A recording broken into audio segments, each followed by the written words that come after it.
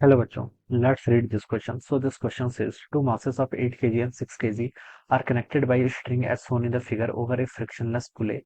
The acceleration of the system का यहाँ पर आपको acceleration बताना है, ठीक है। तो चलिए बच्चों इस क्वेश्चन को स्टार्ट करते हैं। So we can write down the key concept of this question. इस क्वेश्चन का की कॉन्सेप्ट आप क्या लिख सकते हैं। देखिए ये क्वेश्चन आपका Newton second loss of motion पर बेस्ड है, ठीक है। तो इस क्वेश्चन का की कॉन्सेप्ट आप लिख लीजिए न्यूटन सेकंड लॉस, क्या लिख लीजिए, न्यूटन सेकंड लॉ पर बेस्ड है आपकी प्रॉब्लम है, ठीक है। Newton second laws of motion देखिए क्या बताती है। Newton second laws of motion बताती है कि summation of all the forces का जब आप समेशन करते हैं, ये किसके इक्वल होता है, आपका मास टाइम्स एक्सेलरेशन के इक्वल होता है। कितना होता है आपका, मास टाइम्स एक्सेलरेशन के इक्वल होता है। This is the statement of the Newton second laws of motion, ठीक है। इस तरीके से आपको सिचुएशन यहाँ पर गिवन कर रखी है। एक वेज है, ठीक है, this is a wedge, alright. ये एंगल आपका 60 डिग्री के इक्वल बनना है। यहाँ पर आपके क्या है, मासेस हैं, ठीक है। मैं इस M1 मास की पहले एबीडी ड्रॉ कर लेता हूँ। M1 मास के फोर्स पर देखिए कितने फोर्स, ब्लॉक पर कितने फोर्स लगेंगे। सबसे पहले एक एम वन जी लगेगा ऐसे डाउनवर्ड डायरेक्शन में, ठीक है। एक आपका नॉर्मल लगेगा यहाँ पर, इस नॉर्मल को मैं चलिए N1 बोल देता हूँ, ठीक है। और ये एंगल कितना होगा आपका 60 डिग्री के इक्वल होगा, ठीक है। और यहाँ पर नॉर्मल के देखिए दो कंपोनेंट आएंगे, ठीक है। यहाँ पर सॉरी, M1 जी के यहाँ पर दो कंपोनेंट आएंगे। एक कंपोनेंट तो ये आएगा जिसमें क्या लिख सकता हूँ, M1 जी का कॉस 60। और एक कंपोनेंट इस डायरेक्शन में आएगा जिसे मैं क्या लिख सकता हूँ, आपका M1 जी का साइन 60। ऑलराइट, ये यहाँ से लिख सकते हैं। Now these are connected with the help of a string, एक स्ट्रिंग से कनेक्ट कर रखा है, ठीक है। और अदर एंड पर एक मास M2 है, ठीक है। इस पर देखिए कौन कौन से फोर्स लगेंगे। 6 केजीज का वेट है, 6 केजीज का मास है, तो 6 जी इस पर डाउनवर्ड डायरेक्शन में लगेगा। स्ट्रिंग पर टेंशन टी लगेगा, ठीक है। ये आपकी मासलेस स्ट्रिंग है, एज्यूम करेंगे, ठीक है। तो ये आपको यहाँ पर से टेंशन टी टी हो जाएगा, ऑलराइट। अब आपको यहाँ पर एक्सेलेशन बताना है, तो देखिए बच्चों आप क्या एज्यूम कर लीजिए यहाँ पर से, ठीक है। हाँ, हम देखिए क्या कर लेते हैं, इस सिस्टम का पूरा एक्सेलेशन देखिए ऐसे हम एज्यूम कर लेते हैं कि आपका इस डायरेक्शन में एक्सेलेट कर रहा है ए एक्सेलेशन से, ठीक है। अगर ए की वैल्यू नेगेटिव आएगी, इसका मतलब यह है कि जो हमने एज्यूम किया था उसके अपोजिट आएगा, ठीक है। लेकिन मैंने ऐसे एज्यूम कर लिया, ठीक है। तो देखिए पहले मैं इस पर न्यूटन लॉ 6 केजी के ब्लॉक पर Newton second law of motion लगाता हूँ, ठीक है।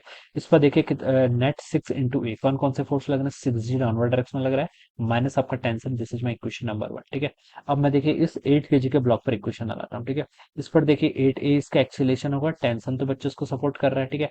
और एक यहाँ पर आपका 8 जी साइन 60 डाउनवर्ड पीछे की तरफ आ रहा है, बैकवर्ड डाउन द इंक्लाइन आ रहा है, तो ये हम लिख लेंगे आपका 8 जी साइन 60। साइन 60 की वैल्यू कितनी होती है, √3/2, ठीक है। यहाँ से इतना आ जाएगा, this is my equation number 2। ये मेरी क्या आ गई, क्वेश्चन नंबर 2 आ गई। अब इन दोनों इक्वेशंस को देखिए सॉल्व करना है बस, ठीक है। देखिए इक्वेशन 2 को मैं ऐसे भी लिख सकता हूँ, टी माइनस ये हो जाएगा आपका 4√3 टाइम्स जी के इक्वल, ठीक है। ये भी हो जाएगी आपकी इक्वेशन 2, ऑलराइट। अब बच्चों आपको यहाँ पर से ए की वैल्यू बतानी है ना, तो आप टेंशन को रिप्लेस कर लीजिए। देखिए सेकंड इक्वेशन में, इक्वेशन 1 से देखिए मैं टेंशन को क्या लिख सकता हूँ, ऐसे 6 जी माइनस 6 से ए के इक्वल, ठीक है। तो 6 को तो मैंने कॉमन लिख लिया, यहाँ से जी माइनस ए आ जाएगा, माइनस कितना आ जाएगा आपका 4√3 जी के इक्वल, ऑलराइट। ये वैल्यू यहाँ से इतनी आ जाएगी, ऑलराइट, ठीक है। तो यहाँ से देखिए आपका 8 ए इस तरफ है, -6 इस तरफ है, तो इधर आएगा तो आपका 14 ए हो जाएगा, ठीक है। और यहाँ पर आपका 6 - 4√3, ठीक है, टाइम्स कितना हो जाएगा आपका जी के इक्वल हो जाएगा, ऑलराइट। तो यहाँ पर से देखिए इसको सॉल्व कर लीजिए, 14 ए की वैल्यू हो जाएगी 6 - 4√3, ठीक है। इसको देखिए हम कैलकुलेट कर लेते हैं, तो √3 की वैल्यू कितनी होती है आपकी, 1.73 होती है। 4 × 1.73 करूंगा तो आपका 6.92 आ रहा है, कितना आ रहा है, 6.92 इंटू जी। जी की वैल्यू क्वेश्चन में कुछ गिवन नहीं कर रखी है, तो स्टैंडर्ड वैल्यू 9.8 लेंगे, ठीक है। तो देखिए यहाँ पर 6 - 6.92 करूंगा तो 0.92 आएगा, ठीक है। 0.92 इंटू मैंने अगर 9.8 कर लिया, तो आपका 9.016 आ रहा है, कितना आ रहा है आपका, 9.016, ठीक है, इतना आ रहा है। तो यहाँ से देखिए मैं एक्सेलेशन फाइंड आउट कर लूंगा, एक्सेलेशन हो जाएगा आपका 9.016 डिवाइडेड बाई कितना आपका 14, ठीक है। तो इसको हम 14 से डिवाइड कर लेंगे, तो ये वैल्यू आपकी 0.6 कितनी आ रही है आपकी, ये वैल्यू आपकी 0.644 मीटर पर सेकंड स्क्वायर के इक्वल आ रही है, और नेगेटिव में आ रही है। नेगेटिव का मतलब बच्चों बस यहाँ पर इतना ही है कि हमने एक्सेलेशन इधर को अज्यूम किया था, इसका एक्सेलेशन क्या होगा, अपोजिट हो जाएगा इसके, ठीक है। बस एक्सेलेशन की डायरेक्शन अपोजिट है, ठीक है। मैग्नीट्यूड आपका ये आएगा, एक्सेलेशन ऑफ द सिस्टम पूछा गया।